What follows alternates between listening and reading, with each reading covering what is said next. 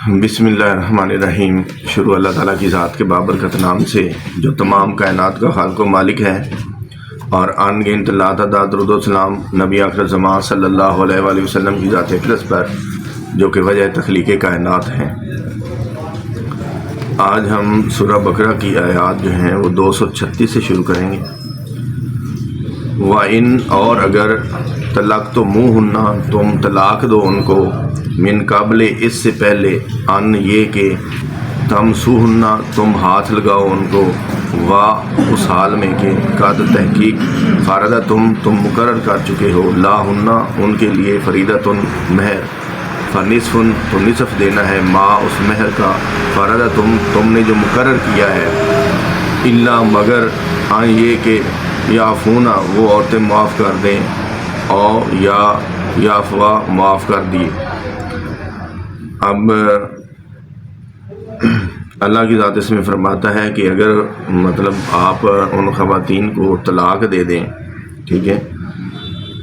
اور طلاق دینے سے پہلے تم ان کو ہاتھ لگا لو، ٹچ کر لو، ان کے ساتھ ازدواجی تعلقات قائم کر لو، ٹھیک ہے، اور یہ تحقیق ہے، حکم ہے کہ تم پر مقرر ہو چکا ہے کہ جو حق مہر آپ نے ادا کرنا ہے اس کا نصف، مطلب جو ہے کہ آپ کے ازدواجی تعلقات قائم ہو چکے ہیں، آپ نے ان کو ٹچ کر لیا ہے، ان کو ہاتھ لگا لیا ہے، تو آپ کے اوپر یہ فرض بن چکا ہے کہ آپ ان کو حق مہر جو مقرر ہوا ہے اس کا نصف حصہ دیں، ٹھیک ہے۔ ہاں، مگر جو عورتیں ہیں وہ اگر چاہیں تو معاف کر دیں، ٹھیک ہے، یا پھر جو ہے کہ آپ ان سے معاف کروا لیں، جیسے بھی ہے وہ آپ دونوں کے باہمی معاملات ہیں، باہمی رضامندی ہے۔ اللہ زی وہ شخص بید ہی اس کے ہاتھ میں عقدۃ نکاح کی گرا، یعنی اس شخص کے ہاتھ میں ہے کہ مطلب اس نکاح کی کامیابی جو ہے، مطلب میاں بیوی کی شادی ہوئی، انہوں نے ایک دوسرے کو ٹچ نہیں کیا، تو اس وقت بھی یعنی اس کو طلاق دی جا سکتی ہے، ٹھیک ہے، لیکن اس کے لیے جو ہے نا عدت کا پورا کرنا ضروری نہیں ہے۔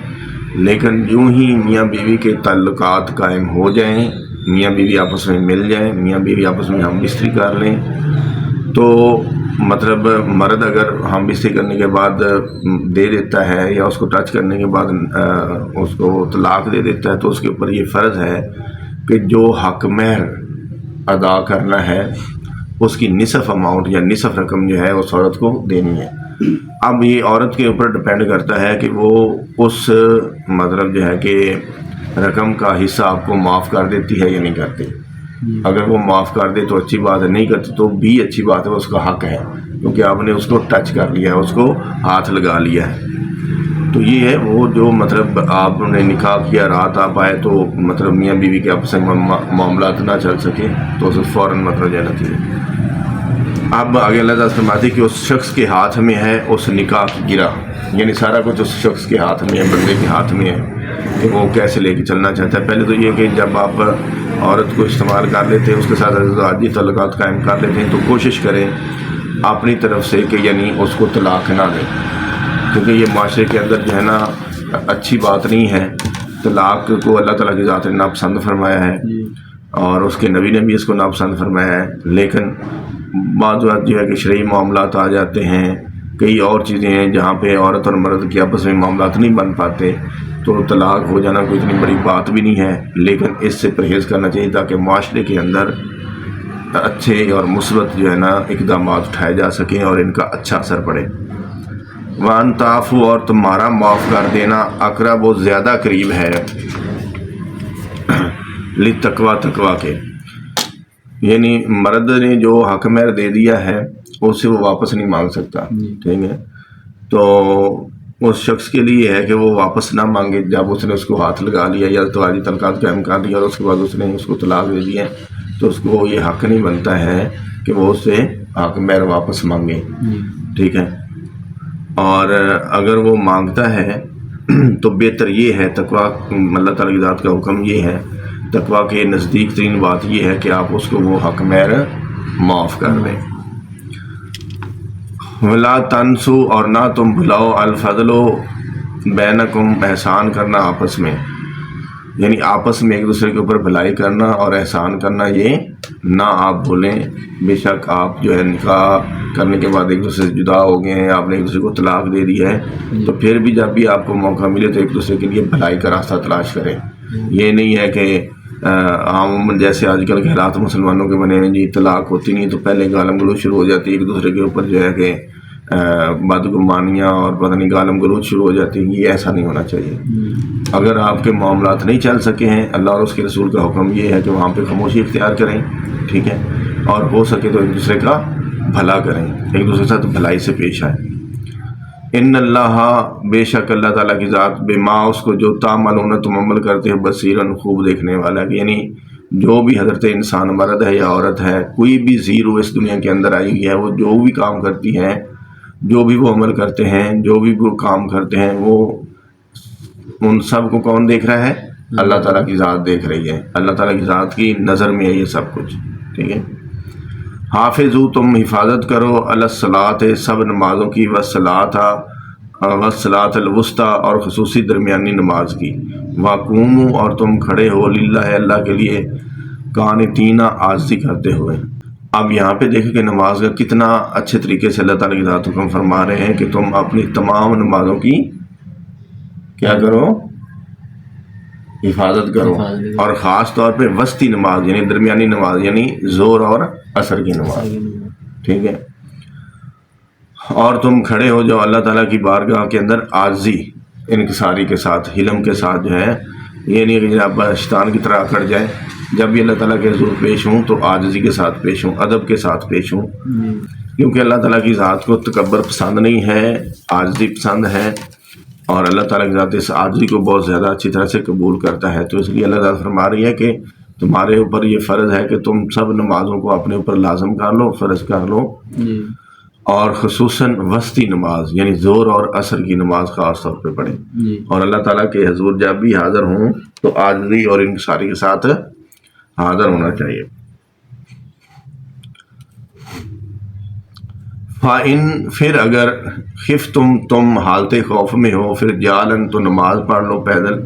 اور رکبان یا سوار، یعنی آپ کسی خوف میں مبتلا ہیں، آپ کو ڈر ہے، کوئی معاملہ ہے، اگر آپ پیدل چل رہے ہیں تو آپ نماز پڑھ سکتے ہیں۔ اگر آپ کی سواری کے اوپر بھی مسئلہ جو ہے کہ موجود ہے، آپ کو خوف آنا شروع ہو گیا یا ڈر آنا شروع ہو گیا یا اللہ کی ذات کا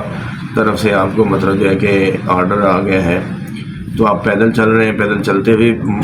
مطلب جو ہے کہ نماز پڑھیں، اور اگر آپ سواری کر رہے ہیں تو سواری میں بھی نماز ادا کریں۔ یہ نماز کسی صورت میں بھی معاف نہیں ہے، اس لیے اللہ تعالیٰ کی ذات سے خصوصی دعا کرتے ہیں کہ اللہ تعالیٰ کی ذات ہم اگر اس معاملے میں ناقص عمل ہیں تو ہمیں نماز پڑھنے کی توفیق عطا فرما، اور ہمارے گناہوں سے مغفرت فرما۔ تو یعنی حالت جس بھی حالت میں ہو بندہ، اس کے اوپر فرض ہے کہ وہ نماز ادا کرے، چاہے وہ پیدل ہے یا کسی سواری کے اوپر سفر کر رہا ہے۔ فائدہ پھر جب تم امن میں ہو جاؤ، فاذکر اللہ تو اللہ تعالیٰ کی ذات کو یاد کرو، کما جس طرح علمکم اس نے سکھایا ہے تمہیں، ما وہ جو لم تکونوا نہیں تھے تم، تعلمون جانتے ہیں۔ یہ اللہ تعالیٰ آگے فرماتی ہے کہ ہر اس چیز کو جب آپ کے پاس امن قائم ہو جائے یا خوف کی علامت ٹوٹ جائے یا خوف جو ہے آپ سے دور ہو جائے، تو اس کے بعد جب امن شانتی ہو جائے تو اس کے بعد کیا کرو؟ اللہ تعالیٰ کی ذات کو یاد کیا کرو۔ کس طرح یاد کیا کرو؟ جیسے اس نے تمہیں سکھایا ہے جب تمہیں کسی چیز کا علم نہیں تھا۔ جیسے آدم علیہ السلام کو اللہ تعالیٰ نے فرمایا تو فرشتوں نے کہا کہ اس کو کسی چیز کا علم نہیں ہے، لیکن اللہ تعالیٰ کی ذات نے اپنی مطلب جو ہے کہ آدم علیہ السلام کو سپر اور فرشتوں سے بہتر ثابت کرنے کے لیے ہر وہ علم سکھا دیا جو آدم علیہ السلام پہلے نہیں جانتے تھے۔ تو اس لیے یہ اس چیز کی طرف اشارہ ہے کہ اللہ تعالیٰ فرماتے ہیں کہ جب تمہارے درمیان یا معاشرے کے اندر امن قائم ہو جائے، مطلب معاملات ٹھیک ہو جائیں، تو پھر جو ہے ڈر اور خوف سے آپ باہر آ جائیں تو اللہ تعالیٰ کی ذات کو یاد کرو، جیسے یاد کرنے کا حق ہے یا جیسے اس نے آپ کو سکھایا ہے، اور وہ علم سکھایا جو تمہیں نہیں علم تھا، اور وہ اللہ تعالیٰ کی ذات نے آپ کو سکھایا اور آپ کو فرشتوں سے بہتر بنایا ہے۔ والذین اور وہ لوگ جو یتوفون فوت کر دیے جائیں منکم تم میں سے ویذرون اور وہ چھوڑ جائیں ازواجن بیویاں وصیتاً تو ان پر لازم ہے لازواجہم اپنی بیویوں کے لیے متعن خرچ کر دینے کی للحول 1 سال تک غیر اخراج ہی بغیر گھر سے نکالنے کے. آپ آگے اللہ تعالیٰ فرماتے ہیں کہ وہ لوگ جو فوت کر دیے جائیں جن کو موت آ جائے جو اس دنیا سے اگلی دنیا میں چلے جائیں تو مطلب جو ہے ان کو نہ چھوڑیں. کن کو نہ چھوڑیں؟ تو تم میں سے جو لوگ ہیں وہ ان کو اپنی بیویوں کو یا ان کی بیویوں کو نہ چھوڑیں اور ان پر جو لازم ہے وصیت کرنا ضروری ہے کہ وہ اپنی بیویوں کو لیے خرچ دینے کے کم از کم 1 سال تک بغیر گھر سے نکلنے کے لیے ان کے اخراجات کا بندوبست کر کے جائیں. یعنی ہمارے یہاں پہ معاشرے میں یہ ہوتا ہے کہ اچھا جی مرد فوت ہو گیا عورت بیچاری بھٹکتی رہتی ہے. جب اللہ کی ذات یہ فرما رہا ہے کہ جو لوگ آپ میں سے فوت کر دیے جائیں تو باقیوں کے اوپر یہ فرض بنتی ہے یا بلکہ وہ جو بندہ فوت ہونے والا ہے اس کے اوپر یہ مطلب فرض بنتا ہے، اس کا یہ حق بنتا ہے کہ وہ وصیت لکھے، کچھ نہ کچھ سیونگ چھوڑ کے جائے جو کہ اس کی جو بیویاں ہیں شرعی لحاظ سے گھر سے باہر نکلیں 1 سال تک کم از کم جو ہے اس خرچے پانی کو یا اس مطلب جو ہے کہ ضروریات اشیاء کو استعمال کر سکیں. ٹھیک ہے، اتنی بڑی بات ہے جو کہ ابھی ہمارے معاشرے کے اندر نہیں ہو رہا. فَإِن پھر اگر خارجنا وہ خود نکل جائیں فلا جناح تو نہیں کوئی گناہ علیکم تم پر فی ما اس میں جو فعلنا وہ کریں فی انفسہم میں اپنے حق میں معروف دستور کے مطابق. یعنی اگر وہ خواتین جو آپ کے مرنے کے بعد یا آپ کے چھوڑ جانے کے بعد جو ہے مطلب اپنے آپ خود وہ جانا چاہیں تو اس کے اوپر پھر آپ کا خرچ کرنا مناسب نہیں ہے یا آپ کو خرچ کرنے کی ضرورت نہیں ہے. اگر خرچ کر لو تو اس کے ساتھ بھلائی ہوگی، اگر نہیں کرتے تو اس کے اوپر جو ہے کسی قسم کا قدغن نہیں ہے، کوئی گناہ نہیں ہے. لیکن وہ اپنے نفس کو دستور کے مطابق کسی اور کے سپرد کرنا چاہتی ہیں تو وہ سپرد کر سکتی ہیں. یعنی مطلب اس میں آیت میں یہی بتایا گیا ہے کہ اگر کسی خامند کی یا کسی مرد کی فوت ہو جاتا ہے، اس کی ڈیتھ ہو جاتی ہے تو وہ اپنی وصیت میں اپنے پیچھے ایسا اتنا سامان ضرور چھوڑ کے جائے کہ اس کی خواتین گھر سے نکلنے سے منع کرنے کے لیے یعنی کم از کم 1 سال تک کا جو ہے نا راشن اس کے گھر میں ضروریات زندگی کی چیزیں ہوں. ٹھیک ہے، تاکہ وہ بھٹکتی نہ پھرے یا اس کو کوئی اور آسرا نہ لینا پڑے یا وہ کسی طرف نہ دیکھے. یہ یعنی وہ بچت کر کے جانی چاہیے تاکہ وہ 1 سال تک اپنے اور اپنے بچوں کا پیٹ پال سکے. لیکن آگے ہی ساتھ میں اللہ کی ذات فرما رہی ہے کہ اگر وہ خاتون یا وہ عورت جو ہے وہ اپنی مرضی سے آگے جا کے دستور کے مطابق نکاح کرنا چاہتی ہے یا باہر نکلنا چاہتی ہے تو پھر اس کے اوپر خرچ کرنا آپ کے اوپر فرض نہیں ہے اور نہ ہی آپ کے اوپر کسی قسم کا کوئی قدغن ہوگا، نہ ہی کسی قسم کا گناہ ہوگا. واللہ عزیز الحکیم، بے شک اللہ تعالیٰ کی ذات جو ہے وہ بہت بڑی اور حکمت والی ہے، بہت بڑا غالب اور خوب حکمت والا ہے. اب اتنا ہی میرے خیال کافی ہے. تو اللہ تعالیٰ کی ذات سے یہ دعا کرتے ہیں. یعنی قرآن پاک میں اس لیے میں بار بار فرماتا ہوں کہ تمام لوگوں کو حفظ کرنے کی بجائے قرآن پاک کو ترجمے کے ساتھ پڑھیں کہ قرآن پاک کے اندر ہر چیز کے دلائل موجود ہیں، ہر چیز کی مطلب جو ہے نا کہ جو اس کائنات کو نظام کو چلانے کے لیے چیزوں کی ضرورت ہے، معاشرتی معاملات ہیں، شرعی معاملات ہیں، حکومتی معاملات ہیں، لین دین کے معاملات ہیں، تجارت کے معاملات ہیں، زراعت کے معاملات ہیں، اس میں ہر ایک چیز میں بہترین اور مدلل طریقے سے اللہ تعالیٰ کی ذات نے بیان فرمایا ہے تاکہ معاشرے کے اندر مثبت اثرات مرتب کیے جا سکیں اور معاشرے کو بہتر سے بہترین بنایا جا سکے. تو اس لیے قرآن پاک اگر ہم قرآن پاک کو ترجمے کے ساتھ پڑھیں گے تو کئی ساری ایسی چیزیں ہیں جو کہ ہمیں غلط گائیڈ کی گئی ہیں، غلط بتائی گئی ہیں، تو ان کو بہتر کیا جا سکتا ہے اور گناہوں سے بچا جا سکتا ہے. اللہ تعالیٰ کی ذات ہمیں عمل کی توفیق عطا فرمائے اور ہمیں اور ہمارے گھر والوں کو، ہمارے بچوں کو اس پرفتن دور میں شر شیطان شر انسان سے محفوظ رکھے. آمین. پاکستان پائندہ باد.